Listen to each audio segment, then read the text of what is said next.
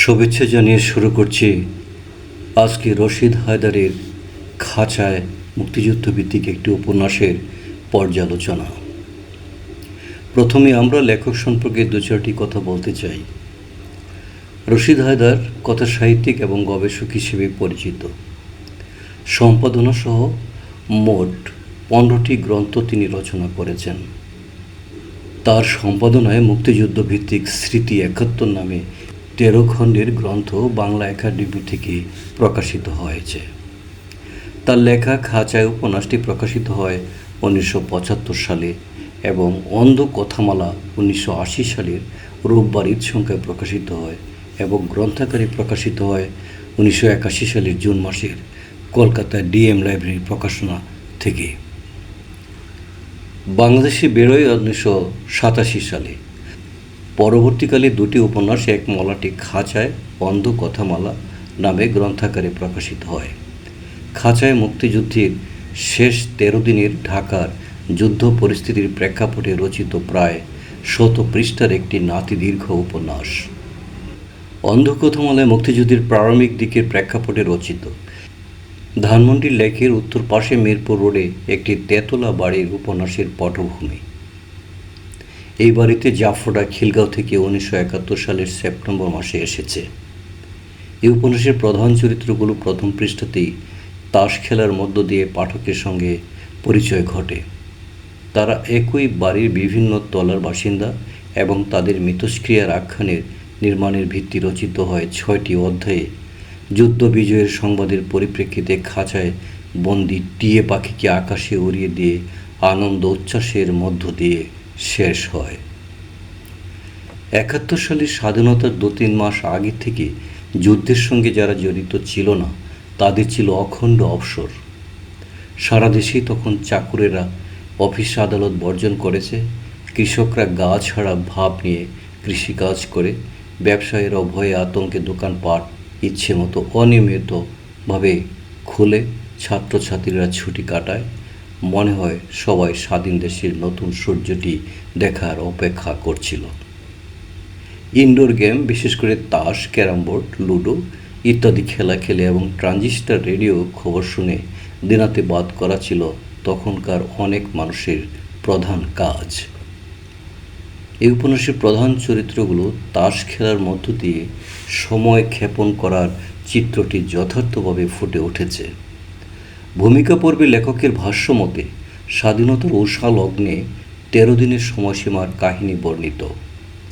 সে হিসেবে আখ্যানের সূত্রপাত 3রা ডিসেম্বর থেকে, যে সময়ে দেশের বিভিন্ন জায়গায় অকুতোভয় বীর মুক্তিসেনাদের যুদ্ধ কৌশলে এবং আক্রমণে পাক হানাদার বাহিনী পর্যুদস্ত এবং বিপর্যস্ত হয়ে ঢাকামুখী হয়েছিল। তখন সারা দেশের উৎকণ্ঠিত মানুষ স্বাধীনতার রক্তিম সূর্যটি দেখার জন্য মুখিয়েছিল। এই উপন্যাসের চরিত্রগুলির মধ্যে তৎকালীন ভারতের প্রধানমন্ত্রী ইন্দিরা গান্ধীর ভাষণ শোনার জন্য রেডিও ট্রানজিস্টারের সামনে উৎকণ্ঠিত প্রতীক্ষার প্রহর গণে। জাফর তার 23 বছর বয়সী সুন্দরী স্ত্রী লিলি ও শিশুকন্যা শর্মিষ্ঠা এবং কাজের মেয়ে ময়নাকে নিয়ে জাফর খিলগাঁও আনসার ক্যাম্পের পাশ থেকে কিছুটা নিরাপত্তার জন্য মিরপুর রোডের বাসায় চলে আসে। ওখানে ডাক্তার আজিজুর রহমানের স্ত্রীকে অপহরণ করার পরই তারা নিরাপদ আশ্রয়ে চলে আসে। ওখানকার বুলডগের মতো বেলুচ কর্নেল ইকবাল আহমদ এবং তার বাহিনীর সেন দৃষ্টি থেকে লিলিকে রক্ষা করার জন্য নিরাপদ আশ্রয়ের খোঁজা হয়। জাফরের ছোট ভাই স্কুল পড়ুয়া, সেও মুক্তিযুদ্ধে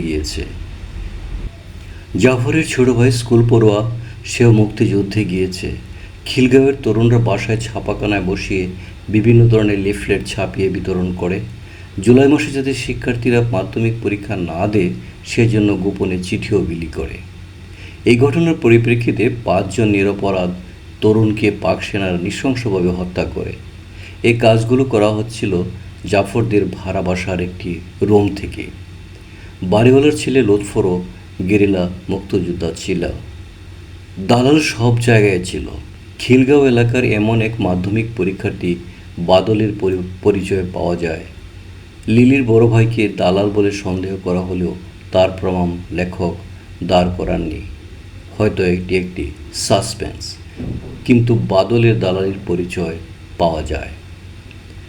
যুদ্ধের সময় সামাজিক কাজকর্ম, বিয়ে শাদী ইত্যাদি খুব একটা বন্ধ ছিল না। ভারতের ক্যাম্পেও বিয়ে হওয়ার প্রমাণ পাওয়া যায়, বাংলাদেশেও ছিল। এই উপন্যাসে লিলির ভাইজির রোশনের সঙ্গে ডাক্তার হাদির বিয়ে হলো, তাও আবার ঢাকার ধানমন্ডির মতো জায়গায়।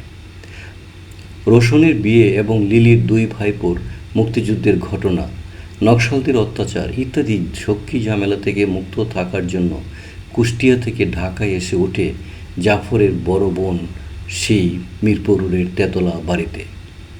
এই উপন্যাসে নকশালদের স্বাধীনতা বিরোধী ভূমিকা, পাকিস্তানিদের সঙ্গে মিলিত হয়ে রাজাকারদের মতো মুক্তিযোদ্ধাদের হত্যার ইঙ্গিত পাওয়া যায়। অস্বীকার করার উপায় নেই, মুক্তিযুদ্ধের সময় স্বাধীনতার পক্ষে মুক্তিযোদ্ধাদের মধ্যেও বেশ কয়েকটি গ্রুপ ছিল। অনেকেই ভারতে প্রশিক্ষণ না নিয়ে দেশের থেকেই নিজেদের বাহিনী গড়ে তুলেছিলেন, যেমন কাদেরিয়া বাহিনী, হেমায়েত বাহিনী ইত্যাদি। আবার চীনপন্থীরা প্রথমে স্বাধীনতার বিপক্ষে অবস্থান নিলেও পরে নিজ নিজ অবস্থান থেকে স্বাধীনতার জন্য যুদ্ধ করেছে।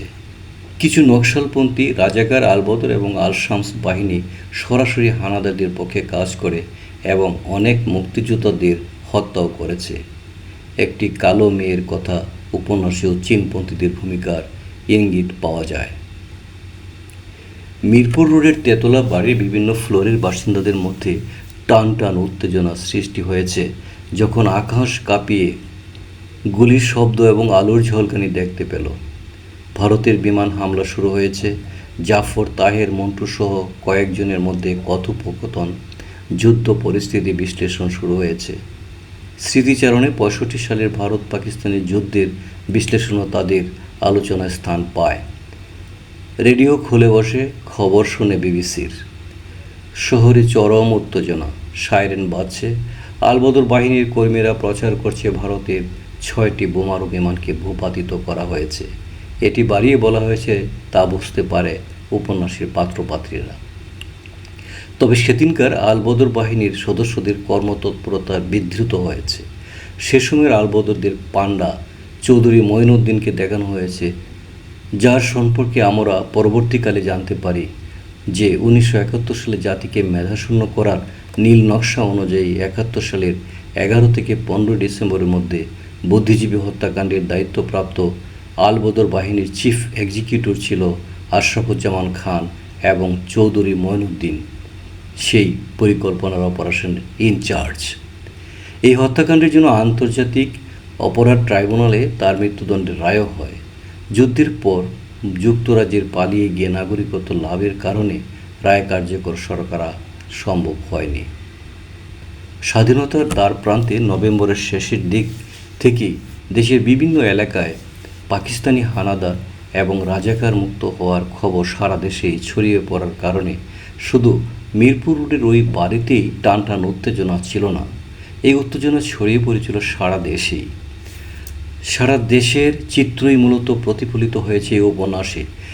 কিন্তু আলবদর বাহিনীর গুজব প্রচারের ফলে অবাঙালি, যারা বিহারি হিসেবে পরিচিত, তারা মনে করেছে ইন্ডিয়া পাকিস্তানিদের হাতে চূড়ান্তভাবে মার খেয়েছে। মিরপুর এবং মোহাম্মদপুরের বিহারি অধ্যুষিত এলাকায় উল্লাস করে মিষ্টি বিতরণ করে। কিন্তু বিধি বা আম, বিহারিদের উল্লাস ছিল বড়ই ক্ষণস্থায়ী। ভারত ভুটান স্বীকৃতি দিয়েছে, মুক্তিযোদ্ধা এবং ভারতীয় মিত্রবাহিনী ঢাকা ঘিরে ফেলেছে, তাদের মুখ চুপসে গিয়েছে পরদিন। 71 সালের যুদ্ধের ইতিহাস এবং বিভিন্ন ফিকশন থেকেও জানা যায় যে পাঠান ও বেলুচ সৈনিকরা এদেশের খুব নির্যাতন করেনি। ইন্দ্রধনুক মিলনের জীবনপুর উপন্যাসে বাঙালিদের প্রতি রীতিমতো এক বেলুচ সৈনিকের ভালোবাসা প্রকাশ পায়। এই উপন্যাসেও এক ক্যাপ্টেনের তার শিশুকন্যার প্রতি ভালোবাসার আবেগঘন কান্না পাঠকের মন ছুঁয়ে যায়। ঘটনাক্রমে ক্যাপ্টেন ইশতিয়াক জাফরদের বাসায় এসে শর্মিষ্ঠাকে দেখে। শর্মিষ্ঠার মতো ক্যাপ্টেন ইশতিয়াকের একটি মেয়ে রয়েছে, তার নাম রাশিদা ইশতিয়াক। শর্মিষ্ঠাকে বুকে তুলে নেয় ক্যাপ্টেন ইশতিয়াক, তারপর কাঁদতে কাঁদতে শূন্য রাস্তায় বের হয়ে যায়। আরও এক পাঠান সৈনিক নিউ মার্কেট থেকে মেয়ের জন্য জামা কেনার ঘটনাও পাঠকের মন ছুঁয়ে যায়। ক্যাপ্টেন ইশতিয়াক জানায় যে তাদের এদেশে পাঠানো হয়েছে কাফের এবং হিন্দুদেরকে হত্যা করার জন্য, কিন্তু তারা জানতো না যে মুসলমানের বিরুদ্ধেই যুদ্ধ করতে পাঠানো হয়েছে। এই আখ্যান কল্পকাহিনী বা ফিকশন, হয়তো লেখকের শ্রুত কিংবা প্রত্যক্ষ কোনো অভিজ্ঞতা থাকতেও পারে, কিন্তু সেটি ধর্তব্য বিষয় নয়। ফিকশন হিসেবে এই উপন্যাস মর্যাদা পাওয়ার যোগ্য। যুদ্ধ সাহিত্য এবং ঐতিহাসিক উপন্যাসের তথ্যের মিশ্রণ উপন্যাসকে সমৃদ্ধ করেছে। এই উপন্যাসেও তথ্যের মিশ্রণ লক্ষ্য করা যায়। মুক্তিযুদ্ধের বিষয়ে যাদের ধারণা আছে তারা সবাই জানেন যে পাকিস্তানের বিজয়ের জন্য আমেরিকা বিভিন্ন সহযোগিতা দিয়েছে এবং সর্বশেষ প্রচেষ্টা চালিয়েছে সপ্তম নৌবহর পাঠিয়ে। এই সময় অনেকের কাছে ছিল একটি আতঙ্কের বিষয়। সেই মুহূর্তের গুরুত্বপূর্ণ বহির্বিশ্বের বিষয়গুলো লেখক বর্ণনা করেছেন। দেশ স্বাধীন হয়, আনন্দের জোয়ারে সারা দেশ ভেসে গেলেও যারা স্বজন হারিয়েছিল তাদের অন্তরে রয়ে গেছে বিষাদের নিস্তরঙ্গ স্রোত। এই উপন্যাসেও আনন্দের পাশাপাশি বেদনার চিত্র অঙ্কন করেছেন লেখক অত্যন্ত সুকৌশলে। খিলগাঁওয়ের বাড়িওয়ালার ছেলে কিশোর মুক্তিযোদ্ধা আবিদের বন্ধু লুৎফর ছাগলনাইয়ার একটি অপারেশনে শহীদ হয়। আবিদ ফিরে আসে বীর দর্পে।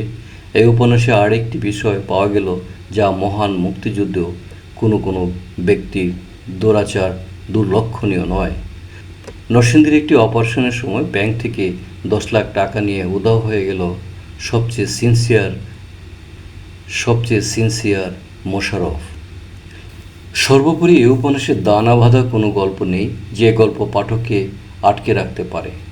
আছে চরিত্রগুলোর মিথস্ক্রিয়া এবং তাদের কথোপকথনে মুক্তিযুদ্ধের বিভিন্ন ঘটনা, সংবাদ এবং বিশ্ব নেতাদের উক্তি। এতে স্মৃতি প্রবাহে ইতিহাস সম্পর্কে জানা যায়। শিক্ষা প্রতিষ্ঠানের হালচিত্র চিত্রিত হয়েছে। আন্তর্জাতিক সহযোগিতা এবং বিভিন্ন দেশের বিরোধিতার চিত্র উন্মোচিত হয়েছে উপন্যাসে। এক পাঠান সৈনিকের নিজের মেয়ের প্রতি ভালোবাসার একটি আবেগঘন ঘটনার সন্নিবেশিত হয়েছে উপন্যাসে, যেটি পাঠককে মনে দাগ কাটে। বীভৎস লাশের দৃশ্যের বর্ণনা, বুদ্ধিজীবীদের হত্যার বিবরণ পাওয়া যায় চরিত্রের মাধ্যমে। পরিশেষে ভারতের স্বীকৃতি এবং জেনারেল নিয়াজের ভূমিকাও বর্ণিত হয়েছে এই উপন্যাসে। সবশেষে বিজয় উল্লাসের গোলাগুলির আওয়াজ এবং প্রধান চরিত্রগুলির ছাদে টিয়ে পাখি উড়িয়ে স্বাধীনতাকে উদযাপনের মধ্য দিয়ে উপন্যাসের পরিসমাপ্তি ঘটে। প্রিয় শ্রোতা, ধন্যবাদ জানিয়ে শেষ করছি। আমরা আসছি পরবর্তী সময় আরও ভিডিও নিয়ে। ততদিন ভালো থাকুন, সুস্থ থাকুন।